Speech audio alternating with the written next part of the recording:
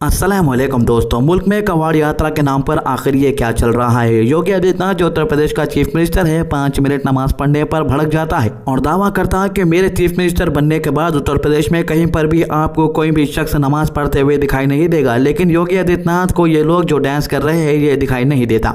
नौजवान लड़कियां जिनकी उम्र पढ़ने लिखने की है, लेकिन आपको बता दूं कि बीजेपी आने के बाद कई हजारों स्कूल और कॉलेजेस बंद हो गए हैं जो गवर्नमेंट के हैं। लोगों की आंखें अब धीरे धीरे खुल रही है। लोग ये पूछ रहे हैं कि भाई जब कवाड़ यात्रा का तुम बोर्ड लगाए तो फिर कवाड़ यात्रा के रिलेटेड भी फोटोज होने चाहिए। बोर्ड कवाड़ यात्रा का है और फोटो देखे तो मोदी और योगी की लगा रहे हैं। आइए देखते हैं ये वीडियो। ये देखो कितनी हैरानी की बात है कि शिव कावड़ के ऊपर पोस्टर बनाया गया, लेकिन इसमें शिव जी की फोटो ही नहीं है। पहले तो पोस्टर बनता था उसमें भगवान की फोटो छोटी रहती थी, लेकिन राम मंदिर में चोरी के बाद तो इन्होंने फोटो ही लगानी बंद कर दी है। क्या बात है। डेली कहीं ज्यादा लड़ाई झगड़े के वीडियोस आ रहे हैं और ये ताज़ा वीडियो है दिल्ली हरिद्वार हाईवे का मेरठ के अंदर, जहां पर 2 ग्रुप आपस में लड़े हैं। हर तरफ पुलिस का बंदोबस्त तो है, लेकिन पुलिस वाले ये लोगों को रोकने में नाकाम रहे हैं। और जो पुलिस वाले ये लोगों को रोकने की कोशिश कर रहे हैं, ये लोग पुलिस वालों पे ही इल्जाम लगा रहे हैं कि इनके कबाड़ को खराब कर दिया गया। ये दारू पी रखे ऐसे बोले ने, और ये पुलिस वाला भाग रहा, इसने मेरी कावड़ खंडित करी। ये देख लो, ये उत्तराखंड है, कावड़ खंडित करी मेरी। अरे मेरी मदद करो, अरे मेरी मदद करो, ये भाग रहा। अरे कावड़ का दारू पी रखी इसने, अरे पकड़ो से, ये भाग रहा बहन का लोड़ा। अरे पकड़ो से, ओए वो सारे कावड़िया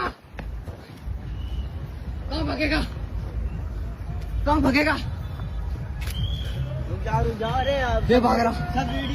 और सबसे हैरानी की बात यह है कि उत्तर प्रदेश के मदरसों के अंदर, हापुड़ के अंदर खासतौर से कवाड़ यात्रा के दौरान मदरसे के ऊपर एक कपड़ा ढक दिया गया है। कुछ वक्त पहले मस्जिदों को ढका जाता था, अब मदरसों को भी ढका जा रहा है। इस पर एआईएम का क्या कहना है, आइए सुनते हैं। जो बेहद दुर्भाग्यपूर्ण है कि मदरसे को इसलिए कवर्ड किया गया कि वहां के उसके आगे से कांवड़ यात्री निकलेंगे। क्या मदरसे को कांवड़ यात्रियों से खतरा है, क्या यह आप कहना चाह रहे हैं, या मदरसे की उस बिल्डिंग से कांवड़ यात्रियों की आस्था आहत हो जाएगी? यह स्पष्ट कर दीजिए कि आखिर कारण क्या है। अगर एक आस्था को आप बड़ा बताने का प्रयत्न करेंगे तो यह दुर्भाग्यपूर्ण है। कि कभी सुना आपने ईद के अवसर पर, ईद मिलादुल नबी के अवसर पर, रमजान के अवसर पर, कि कहीं पर किसी भी धर्मस्थल को इस प्रकार से कवर्ड किया गया हो? एक तरफ आप अगर बंद करने की बात कर रहे हैं, रास्ते ही बंद, स्कूल बंद, आपने ये कहा कि एक मीट कारोबारियों के लिए, उनके लिए रोजगार का भी मसला, उसको आप बंद किए, लेकिन ये मदरसा को बंद करने से किसकी आहत भावनाएं हो रही थी कि अगर मदरसा दिख जाएगा तो? अभी आप जिसका वीडियो देख रहे थे ये है शादाब चौहान, जो नेशनल स्पोक पर्सन है एआईएम के। तो कांवड़ यात्रा के दौरान जिस तरीके से नागिन डांस किया जा रहा है, जिस तरीके से कपड़े उतार कर ये लोग नाच रहे हैं, इनको समझ में नहीं आ रहा है पब्लिक को कि आखिर ये चल क्या रहा है सड़कों के ऊपर। तकरीबन हाईवेज को ब्लॉक कर दिया गया है और ब्लॉक इसीलिए किया गया है ताकि ये लोग इनका कांवड़ लेकर आराम से जो है बगैर किसी मुश्किलाहट के यहाँ पर से निकल जाए। मगर ये लोग चड्डियों के ऊपर आकर जो है नाच रहे हैं। मतलब गाना डीजे, पहले तो कहा गया था कि डीजे नहीं बजाने देंगे, डीजे भी दिख रहा है बड़ी बड़ी आवाज के अंदर। कल मैंने आपको वीडियो बताया था जहां पर स्कूल के बच्चे गाड़ी में जा रहे थे, स्कूल के बच्चों की गाड़ी के ऊपर तक हमला किया गया। ये इतने छोटे छोटे बच्चे इस गाड़ी के अंदर बैठे हुए थे, जिसपे यहाँ पे उन्होंने पत्थर से वो किया है। और आप देख सकते हैं यहाँ पे बच्चों के चोट तक के भी आई है, शीशा अंदर टूटा हुआ है। स्कूल जा रहे थे बच्चे, हल्का सा गाड़ी से उनका वो चोट भी लगा। उसके बाद उन्होंने यहाँ पे इस पे गाड़ी में पथराव कर दिया और ये भी नहीं देख रहे थे कि इसमें बच्चे बैठे हुए हैं। ये गाड़ी नंबर भी दिखाना चाहूँगा आपको। ये चरक चौराहे की बात है, चरक चौराहा मेन चौराहा है, आप देख सकते हैं, यहीं की घटना है। और तो जिन लोगों के ये स्कूल के बच्चे हैं वो लोग यही कह रहे थे कि भाई हम भी तो हिंदू हैं, भाई हम भी जो है फेस्टिवल मनाते हैं, हम भी जो है ये लोगों को सपोर्ट करते हैं, लेकिन ये लोगों को आखिर हुआ क्या है। जैसे ही उन बच्चों के पेरेंट्स को इस बात की खबर मिली तो लोग मौके पर वहां पर पहुंच गए और उन्होंने मीडिया को क्या बताया, आइए सुनते हैं। ये बताइए, ये हादसा आपके सामने हुआ, क्या कर रहे थे वो लोग? गालियां ले लेके दौड़े हैं और गालियां बक रहे थे, गालियां बकते हुए गए हैं। बहुत गालियां बकते हुए गए थे। हम लोग भी हिंदू हैं, बात समझिए भाई, हम लोग भी हिंदू हैं। इसका मतलब ये नहीं है कि हिंदू धर्म है तो किसी को परेशान करें। मतलब जबरन ये सारी चीजें करी गई है लोग के। आपका क्या नाम है? जरीन। आपका क्या नाम है? मोहित कश्यप। मोहित कश्यप। जी हाँ। और कांवड़ यात्रा के दौरान ये लोगों के कुछ ऐसे वीडियोस आए हैं जिनको देखकर हर कोई शौक है। एक शख्स पेट्रोल मांग रहा है। भी रुक जा, बोले पेट्रोल दोगे थोड़ा सा। इनके ज्यादातर वीडियोस के अंदर ये लोग गाली दे रहे हैं, लेकिन उत्तर प्रदेश का एक मिनिस्टर मदरसे को लेकर गलत बयान दे रहा है। मदरसे को लेकर उसने जो अल्फाजों का इस्तेमाल किया मैं यहाँ बोल भी नहीं सकता। इस पर AIMIM के प्रेसिडेंट और हैदराबाद के member of parliament Asaduddin Owaisi का बयान सामने आया है। उनका क्या कहना है, आइए सुनते हैं।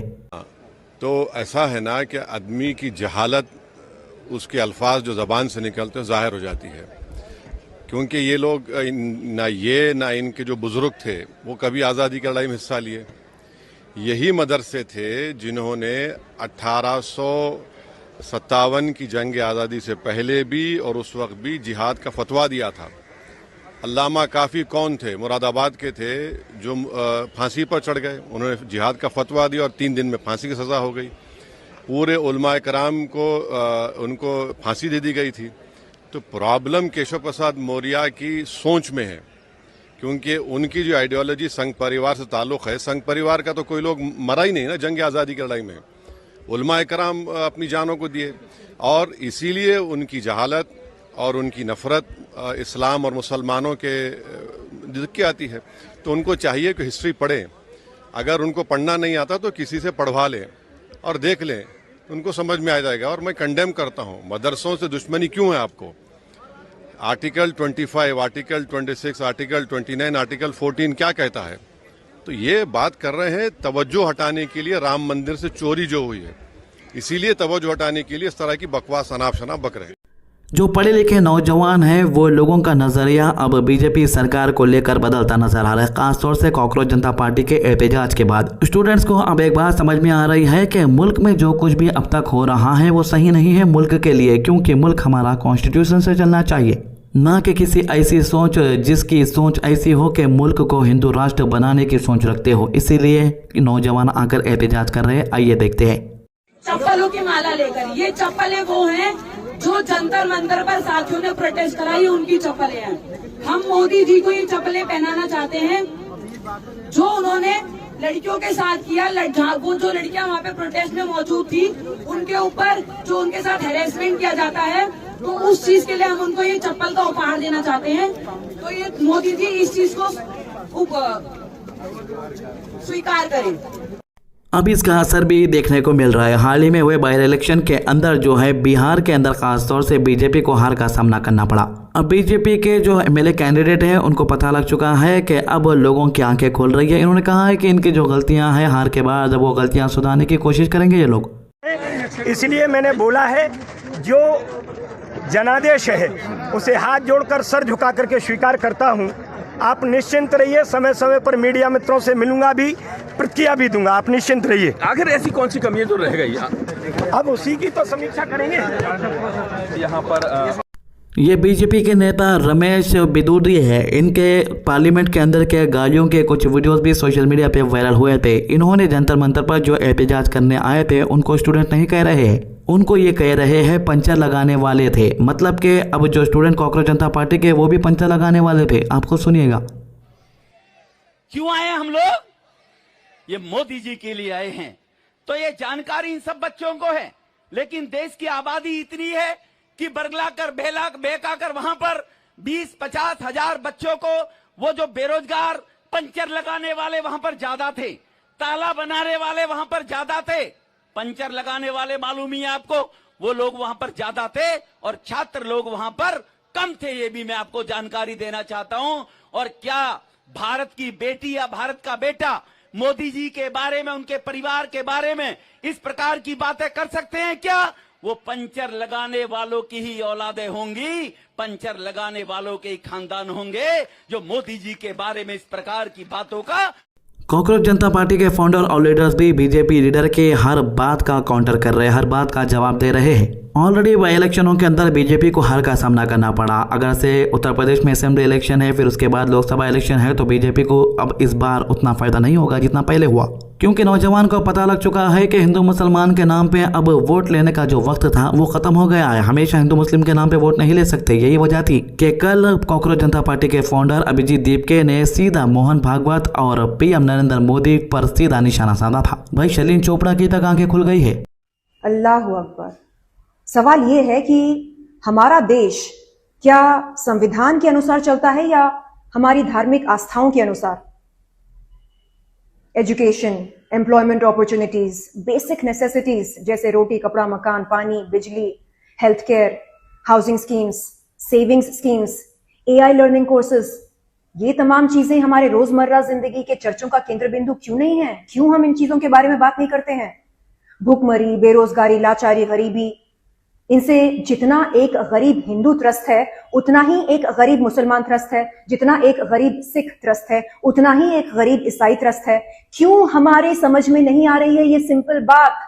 तो ये थी अभी तक की अपडेट। आज की अच्छी बात, हुजूर सल्लल्लाहु अलैहि वसल्लम ने फरमाया, जब अल्लाह ताला मखलूक को पैदा कर चुका तो अपनी किताब लोहे महफूज में जो उसके पास अर्श पर मौजूद है उसने लिखा कि मेरी रहमतें मेरे गुस्से पर गालिब है। बुखारी 3194। हमारे चैनल को सब्सक्राइब कीजिए, वीडियोस को ज़्यादा से ज़्यादा लोगों तक शेयर कीजिए। अल्लाह हाफिज़।